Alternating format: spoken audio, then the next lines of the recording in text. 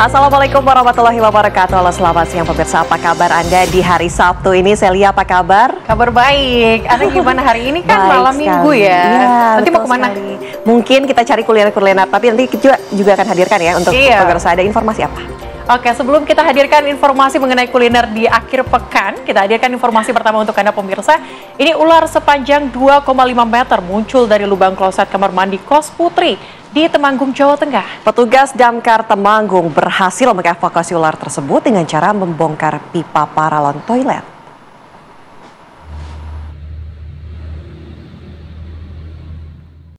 Inilah video amatir milik salah satu penghuni rumah kos Putri di Temanggung yang memperlihatkan detik-detik kemunculan ular piton sepanjang 2,5 meter dari lubang kloset kamar mandi kos Putri di Desa Nguwet, Kecamatan Keranggan, Temanggung, Jawa Tengah. Peristiwa tersebut berawal ketika Dewi Laila, salah satu penghuni kos, masuk ke kamar mandi. Namun Dewi dikagetkan dengan kemunculan kepala ular piton dari lubang kloset kamar mandi.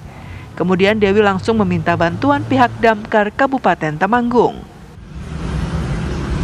Kan tadi saya mau ke kamar mandi, terus pas saya buka pintu itu tiba-tiba udah ada ular, terus ularnya itu udah keluar dari lubang klosetnya setengah badan, terus saya refleks lari dan saya telepon damkar.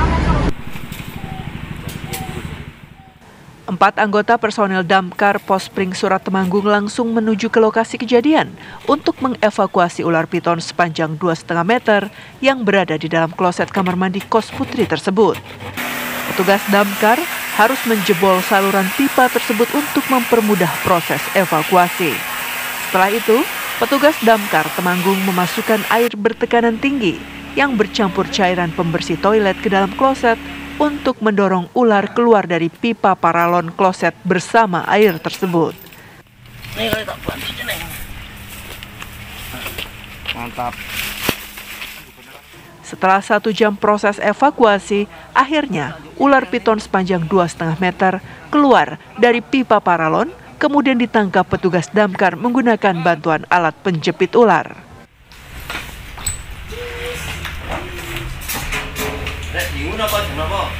Kendalanya ular itu ada di pipa kloset. Jadi karena itu sangat sulit, jadi kita harus menjebol pipa yang dari kloset itu yang turun ke sepiteng, harus kita jebol. Baru kita kasih wipol, kemudian kita siram dengan tekanan yang sangat tinggi, kemudian baru bisa keluar. Kemudian, ular piton sepanjang 2,5 meter tersebut dibawa pihak petugas Damkar Temanggung untuk dilepas bebaskan ke alam habitatnya yang jauh dari pemukiman warga. Dari Temanggung, Jawa Tengah, Purnomo, TV One mengabarkan. Pemirsa, Pendeta MH pelaku KDRT laporkan balik istrinya Shirley dengan dalih perselingkuhan dan juga pemerasan. Terkait dengan video kekerasan yang viral, ini pendeta mengaku kilaf dan berharap ada jalan damai bersama dengan istrinya. Pendeta MH memenuhi panggilan penyidik Unit Perlindungan Perempuan dan Anak Polresta Surabaya, Jawa Timur. Pendeta yang juga dosen hukum ini mendatangi ruangan penyidik dengan membawa barang bukti. Aksi KDRT yang direkam oleh istrinya Shirley memang terjadi. Menurutnya kondisi saat itu dirinya dipancing emosi untuk marah. MH merasa dijebak karena istrinya telah merekam dengan kamera tersembunyi. Rekaman itu kemudian digunakan untuk memerasnya dengan meminta uang sebesar 20 miliar rupiah. Jika uang tersebut tidak diberikan, maka video rekaman tersebut akan diedarkan di media sosial. Karena dirinya tak punya uang sebesar itu, ancaman istrinya benar-benar diwujudkan dengan menyebar video dan melaporkannya ke polisi. Kasus KDRT pun kini menjadi perhatian publik. Sang pendeta pun melaporkan balik istrinya Shirley dengan dalih perselingkuhan dan pemerasan. Meski demikian, MH tetap berharap kasus ini berakhir dengan damai dan keluarganya bisa berkumpul kembali. Walaupun saya mengetahui dia berselingkuh, saya tetap mengedepankan kepentingan anak-anak. Saya diam selama ini pun walaupun viral diserang di mana-mana, seluruh lapisan masyarakat menyerang saya tetap diam demi anak-anak. Tetapi hari ini saya tidak bisa diam lagi. Saya harus menunjukkan siapa dirinya yang sebenarnya. Di sini saya melihat bagaimana perilaku manipulatif dari Shirley ini tampak sekali. Dia suka mengadu saya dengan pihak keluarga. Dia suka sekali cenderung emosional di balik pribadinya yang tampak halus. Ada beberapa contoh vandalisme yang dia lakukan. Seperti misalnya dia menggunting jas saya. Dia menggunting seperti ini, 14 jas saya digunting. Mobil-mobil dirusak,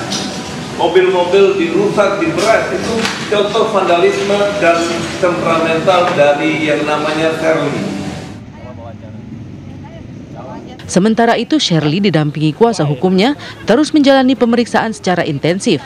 Shirley memastikan tidak ada jalan damai dengan suaminya.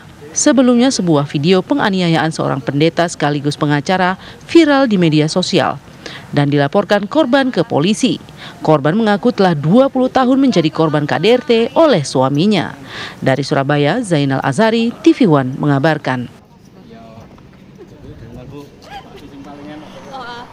Informasi lainnya untuk Anda pemirsa, ini APEC Business Advisory Council Indonesia bersama Kementerian Investasi, kemudian juga Kementerian Keuangan dan Kementerian BUMN menggelar dialog yang membahas peluang usaha menyongsong pemerintahan Prabowo Gibran. Merdeka, Pak. Ketua APEC Business Advisory Council Indonesia, Anindya Novian Bakri, selaku penggagas kegiatan menggelar dialog untuk membahas masa depan Indonesia dengan topik diskusi optimisme dunia usaha dalam bermitra dan menyongsong pemerintahan Prabowo Gibran. Acara yang digelar di Resto Pelataran Hutan Kota Gelora Bung Karno, Senayan, Jakarta Pusat ini dihadiri sejumlah stakeholder. Turut hadir dalam acara ini diantaranya Menteri Investasi Ruslan Ruslani, Wamen BUMN Kartika Wirjoatmojo, Wakil Menteri Keuangan Thomas Ciwandono, Ketua MPR RI Bambang Susatyo, dan Wakil Ketua Dewan Pembina Partai Gerindra sekaligus pengusaha internasional CEO Arsari Group Hashim Jojo Hadikusumo. Kepemimpinan baru Prabowo Gibran disebut berpotensi menjadi motor penggerak dalam menciptakan pertumbuhan ekonomi yang berkelanjutan dan inklusif. Anindya Bakri juga mengatakan Indonesia memiliki peluang untuk memperkuat posisinya sebagai salah satu kekuatan ekonomi dunia. Maka dari itu, dunia usaha harus terus mampu menjadi mitra strategis pemerintah, khususnya untuk mendukung pembangunan nasional.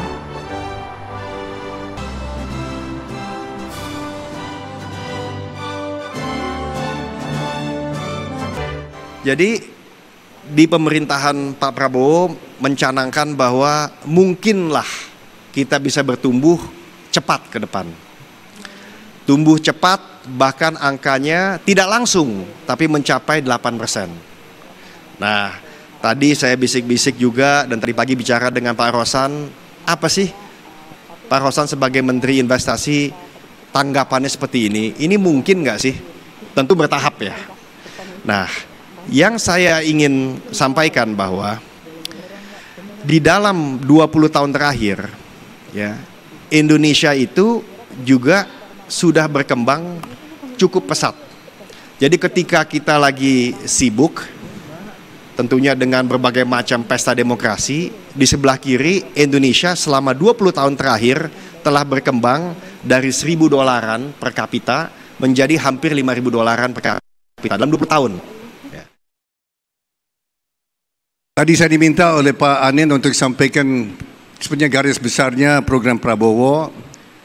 Tadi sudah disebut makanan bergizi gratis, agrobisnis, food estate, dan lain. Tapi saya ingin sampaikan juga bahwa satu hal yang mungkin kurang diperhatikan, dan saya mau sampaikan bahwa ini sebetulnya menjadi kesempatan besar, opportunity untuk dunia usaha Indonesia adalah untuk kita fokus ke perumahan.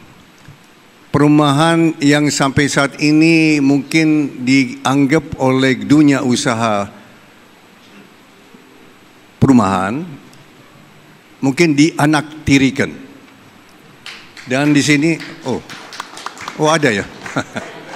Ini real estate ya, Ray dari Ray. Nah ini saya mau sampaikan dan saya mau tegaskan di depan Pak Erick Thohir kemarin dan beberapa pejabat, saya tidak ada kepentingan finansial komersial di dalam perumahan.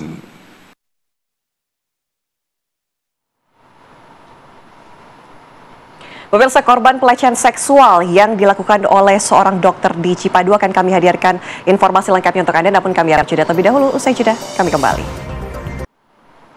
Anda kembali di Apa Kabar Indonesia Siang, pemirsa. Ini korban pelecehan seksual yang dilakukan oleh seorang dokter klinik di Cipadu Laragan, Kota Tangerang, Banten. Ini bertambah menjadi 2 orang. Dan berdasarkan hasil pemeriksaan di klinik, bahwa Satreskrim Polres Metro Tangerang Kota tidak menemukan izin praktek dokter, melainkan izin praktek perawat. Misalnya minta maaf, lu tadi bilang hilaf ya. Nah, terus saya harus bilang apa, Pak, kalau bukan minta maaf? Seorang remaja putri diduga menjadi korban pencabulan yang dilakukan dokter saat berobat di sebuah klinik di kawasan Cipadu, Kecamatan Larangan, Kota Tangerang, Banten. Sang dokter diduga meraba area dada dan kelamin korban dengan modus prosedural medis saat dilakukan pemeriksaan. Sejumlah warga dan keluarga korban mendatangi klinik tersebut dan meminta terduga pelaku mengaku perbuatannya. Terduga pelaku sempat mengelak dan menyangkal dengan mengatakan jika tindakannya terhadap korban sudah sesuai dengan prosedur pemeriksaan. Namun terduga pelaku akhirnya mengakui perbuatannya di hadapan keluarga. Korban yang merasa diperlakukan tidak senonoh kemudian melaporkan kejadian tersebut ke Mapolres Metro Tangerang. Hingga saat ini klinik MU yang merupakan lokasi pelecehan seksual terhadap remaja putri tersebut di Larangan, Kota Tangerang nampak tertutup bahkan tidak beroperasi. Sementara itu pihak kepolisian sudah melakukan olah TKP dan tidak ditemukan adanya dokumen perizinan praktek dokter, melainkan hanya izin perawat. Bahkan korban pelecehan dokter tersebut bertambah menjadi 2 orang pasca viralnya video tersebut.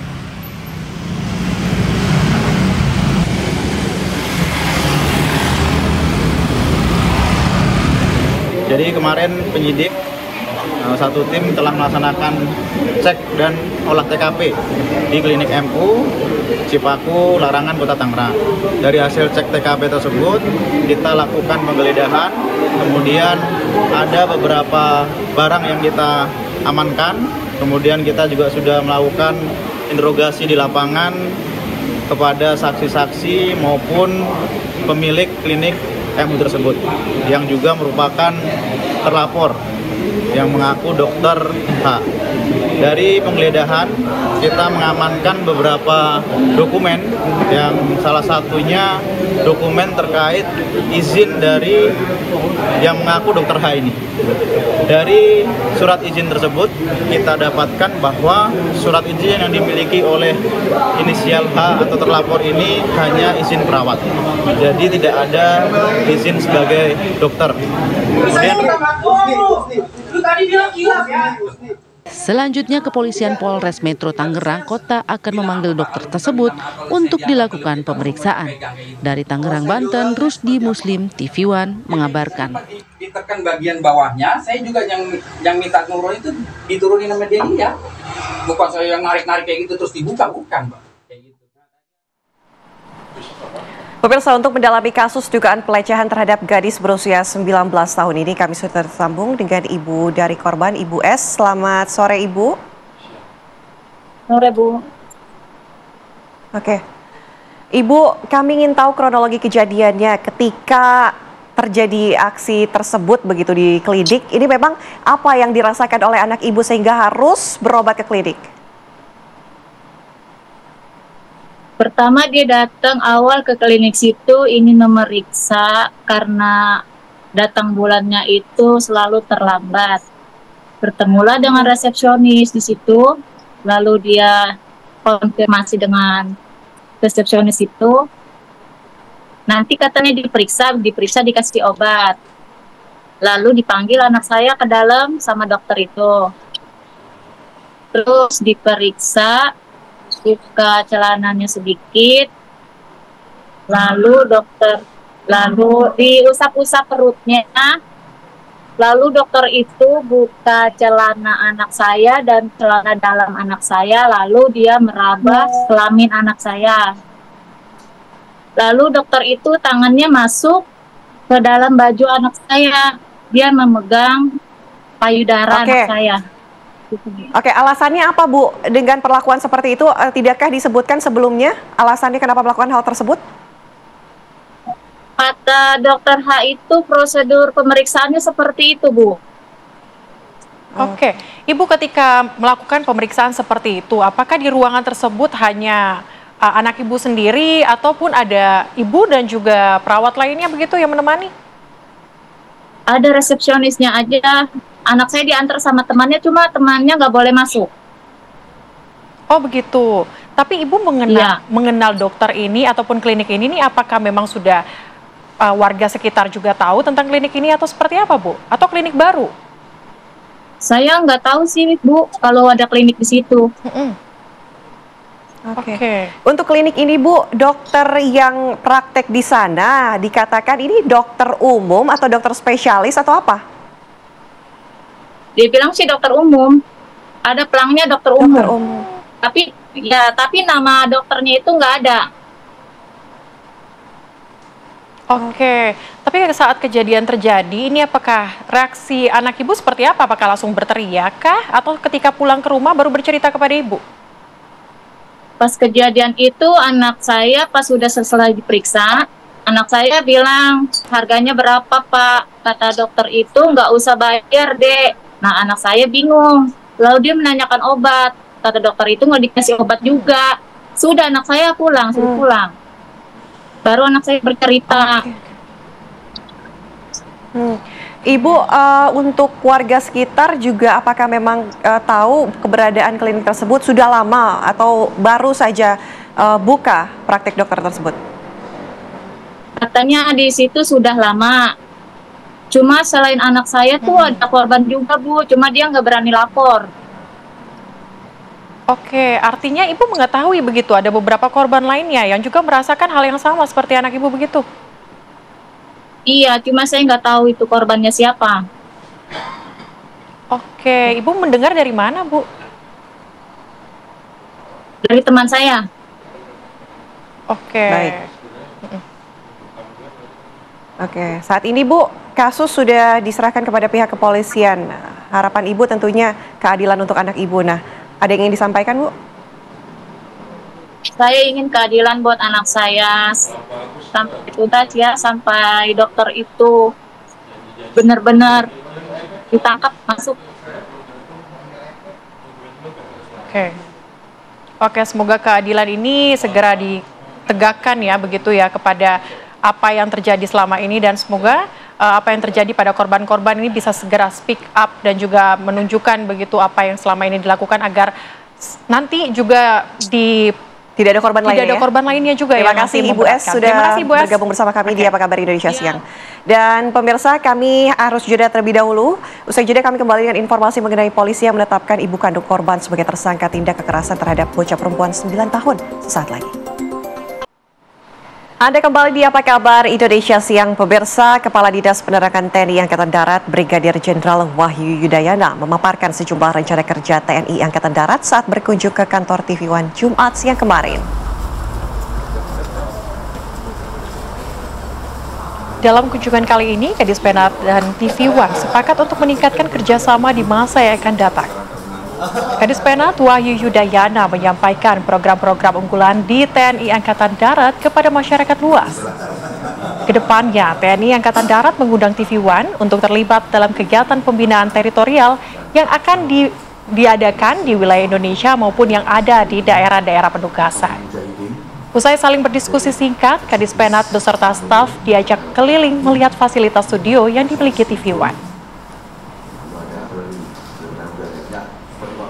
Saya bercanda kalau kita dinasihatin orang ada Pak Ferry, ada Pak Joko, ada tentang staf Kadispenat. Sebenarnya saya sendiri Bapak statistik progres dinamik dan foto 1 tahun 1 izin gadis 1, 2, 3 gadis 1, 2, 3 siap 3 gaya komando siap 1, 2, tahan. Tetap nomor 1.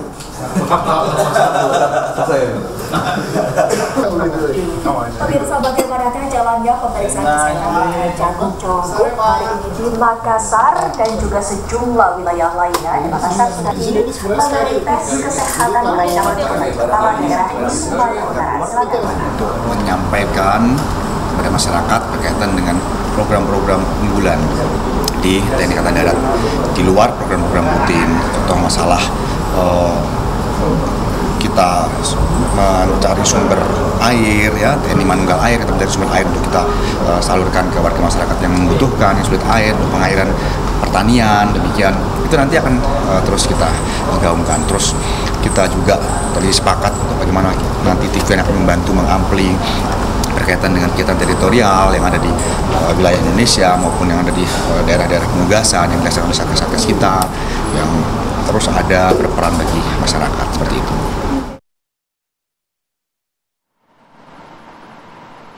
Informasi lainnya untuk Anda pemirsa, polisi menetapkan ibu kandung korban sebagai tersangka tindak kekerasan terhadap bocah perempuan berusia 9 tahun yang sebelumnya dinyatakan hilang 13 hari dan ditemukan tewas di kebun karet wilayah Kutai Barat, Kalimantan Timur. Ya, oke. Baik. Cukup ya, Pak Petinggi ya? Dadah. Lebih dari 2 pekan, pihak kepolisian Polres Kutai Barat, Kalimantan Timur menangani kasus AS, bocah perempuan usia 9 tahun, pelajar SD 02 Jengan Danum yang ditemukan tim SAR BPBD kondisi sudah tak bernyawa di dalam kebun karet setelah hilang selama 13 hari.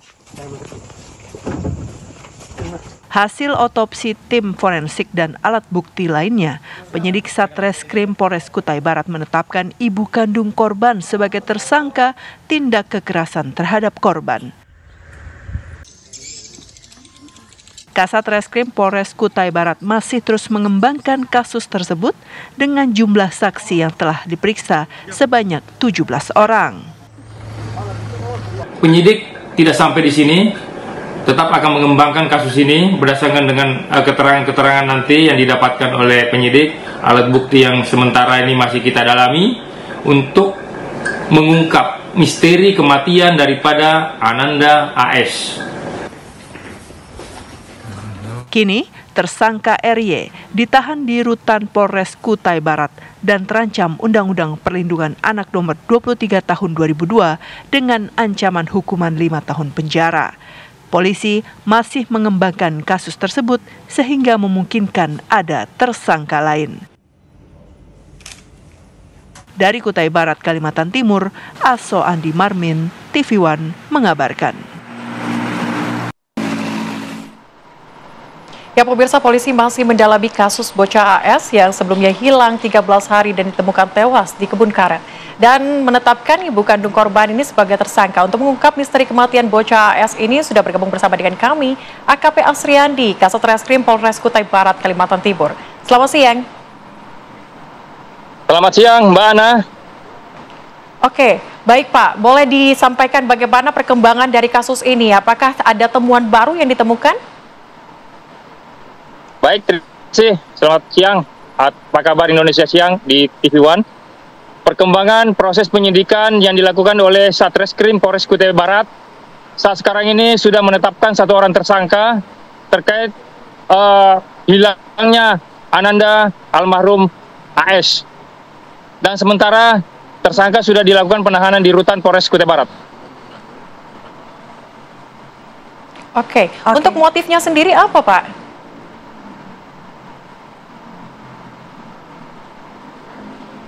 Ya, Pak Kasat, masih bersama kami? Oke. Sepertinya ada gangguan jaringan Tampaknya begitu ya. ada gangguan komunikasi. Nanti kita akan update juga perkembangan kasus ini, pemirsa. Oke. Dan kami harus jeda terlebih dahulu, pemirsa. Usai jeda kami akan kembali dengan informasi mengenai akhir pekan ini di ruas Jalan Jati Baru Raya, Kecamatan Tanah Abang, Jakarta Pusat. Ini digelar Festival Jati Baru. Sesaat lagi informasinya khusus untuk Anda. Masih di Apa Kabar Indonesia Siang, pemirsa, ini para atlet dan pelatih peraih medali emas kembali mendapatkan apresiasi dari beberapa pengusaha di Indonesia dalam gelaran malam apresiasi untuk atlet dan pelatih peraih medali emas pada Senin 26 Agustus 2024 kemarin.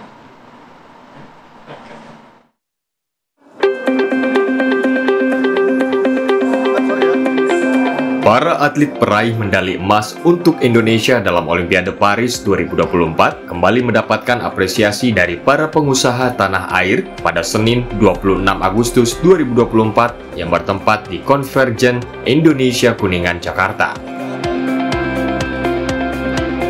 Malam apresiasi untuk atlet dan pelatih peraih medali dari Sinergi Kelompok Usaha Indonesia resmi dibuka oleh Anindya Novan Bakri selaku Chief The Mission Tim Indonesia di Olimpiade 2024. PT Freeport Indonesia sebagai pendukung Tim Indonesia yang berlaga di Olimpiade Paris tahun 2024 juga turut memberikan apresiasi untuk atlet dan pelatih peraih medali dalam Sinergi Kelompok Usaha Indonesia. Malam apresiasi untuk atlet dan pelatih peraih medali mendapatkan apresiasi berupa uang dan rumah yang akan dibangun di kampung halaman masing-masing.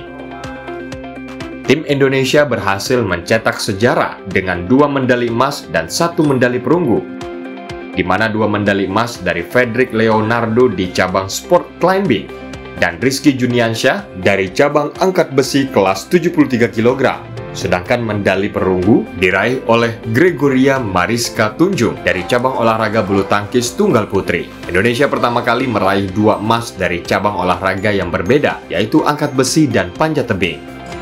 Dengan adanya gelaran malam apresiasi untuk atlet dan pelatih peraih medali dari Sinergi Kelompok Usaha Indonesia, diharapkan PT Freeport Indonesia dapat terus mendukung para atlet tanah air dalam pesta olahraga dunia agar dapat mengharumkan nama bangsa, serta PT Freeport Indonesia dapat terus berkomitmen dalam menambah semangat para atlet Indonesia untuk meraih prestasi terbaiknya.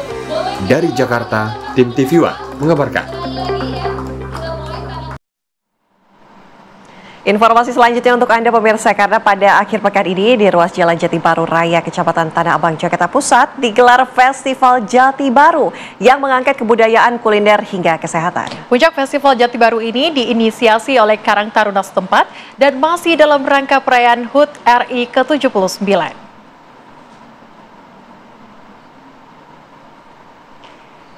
Diinisiasi oleh Karang Taruna 04 Kampung Bali, Tanah Abang, Jakarta Pusat, Festival Jati Baru ini menawarkan berbagai macam aktivitas yang bisa Anda lakukan untuk menghabiskan waktu di akhir pekan. Layaknya festival pada umumnya, Festival Jati Baru akan menghadirkan berbagai macam pegelaran budaya dari kreativitas warga setempat. Setelah terhibur dengan pegelaran budaya, pengunjung bisa mencoba berbagai macam jajanan dari belasan booth bazar makanan yang ada, dan juga kemudian ada dari jajanan tradisional hingga jajanan kekinian yang ada di festival kali ini. Selain itu, pengunjung juga bisa berbagi dengan sesama lewat kegiatan donor darah atau bisa juga ikut berkeringat dengan sesi Zumba bersama di festival ini. Untuk menggelar acara ini, ruas jalan di Jalan Jati Baru Raya telah ditutup sejak pagi hingga malam hari ini.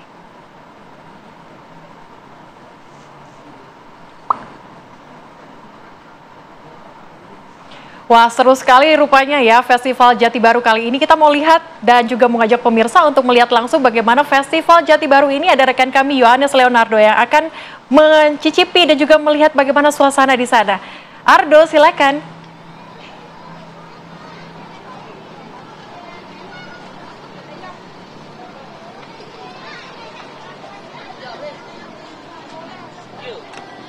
Ya, selamat siang Ana, Celia, dan juga pemirsa. Untuk mengisi waktu akhir pekan kami sudah berada di Jalan Jati Baru Raya di tepi flyover Jati Baru, tepatnya di Kelurahan Kampung Bali, Kecamatan Tanah Abang, Jakarta Pusat. Dan sore hari ini sedang berlangsung perayaan puncak acara dari Jati Baru Festival, yang merupakan yang diinisiasi oleh Karang Taruna RW 04 bersama dengan jajaran dari pemerintahan kota Jakarta Pusat dan juga jajaran pengurus suku dinas, di mana memang untuk sore hari ini sudah ada total 36 tenan makanan yang sudah disiapkan, dan seluruh tenan makanan ini merupakan UMKM yang digandeng oleh pihak panitia untuk kemudian mensejahterakan dan menyukseskan program Jak Entrepreneur yang diinisiasi oleh pemerintah kota Jakarta. Dan memang untuk puncak perayaannya pada malam hari nanti tidak hanya festival makanan di belakang kami yang sudah dipadati oleh sejumlah masyarakat sekitar, tetapi juga juga malam hari nanti ada sejumlah panggung hiburan yang akan diisi mulai dari festival musik, kemudian juga drama musikal,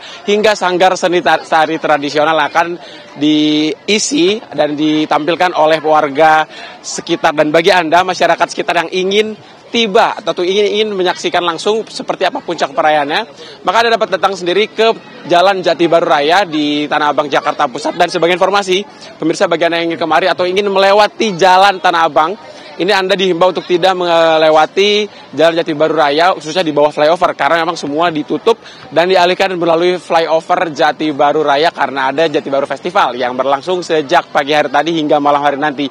Dan sebagai informasi, Jati Baru Festival ini merupakan festival yang diinisiasi oleh pengurus Karang Taruna RW 04 yang dilakukan dan digelar ini sepanjang bulan Agustus, tercatat sejak tanggal 2 Agustus 2024 dan ditutup dengan malam puncak perayaan dengan panggung seni yang ada di Jati Baru Raya Festival. Sementara demikian, kembali ke Anda di studio, Celia dan juga Ana.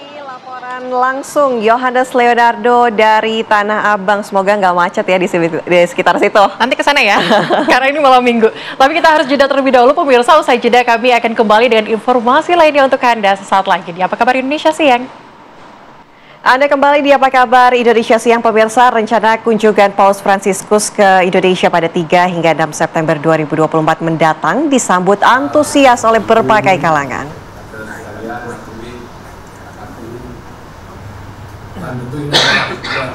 Dalam acara bedah buku berjudul Francis Pope for the People, Duta Besar luar biasa dan berkuasa penuh Republik Indonesia untuk Vatikan, sekaligus penulis buku Michael Trias Kuncayono menyatakan keinginan mendalam dari Paus Fransiskus untuk mengubah dunia dan menyebarkan nilai-nilai yang lebih baik daripada yang kita temukan. Menurut Trias, menulis biografi seorang tokoh besar seperti Paus Fransiskus membutuhkan waktu yang sangat lama dan intensitas pertemuan yang sangat tinggi dengan tokoh tersebut. Buku ini merupakan sebuah pemahaman penulis terhadap sosok Paus Fransiskus yang pernah dijumpainya. Universitas di Amerika Serikat dan Indonesia. Prof. Sumanto. Tentu dengan buku ini saya berharap pertama tentu memperkenalkan Paus Fransiskus lebih lagi pada masyarakat Indonesia, tidak hanya bagi orang Katolik tapi masyarakat Indonesia. Karena apa? Karena Paus datang ke Indonesia tidak hanya untuk orang Katolik tapi juga untuk seluruh masyarakat Indonesia. Satu, memperkenalkan Paus, yang kedua lebih juga memperkenalkan ajaran-ajaran Paus, ya, dan Paus dalam pikiran-pikiran juga memperlihatkan hal-hal langkah-langkah yang pernah dilakukan di Paus, ya. Juga tadi kan dikatakan dalam diskusi tadi banyak ajaran Paus, misalnya tentang keluarga, tentang lingkungan, yang dikatakan bahwa lingkungan adalah saudara kita, sahabat kita, harus dirawat, dipelihara dan sebagainya. Juga tentang orang-orang miskin yang harus direngkuh, ya. Orang kita ada lupa, juga tentang orang-orang yang terpinggirkan, yang tidak bisa bersuara, harus kita suarakan apa hak mereka. Tadi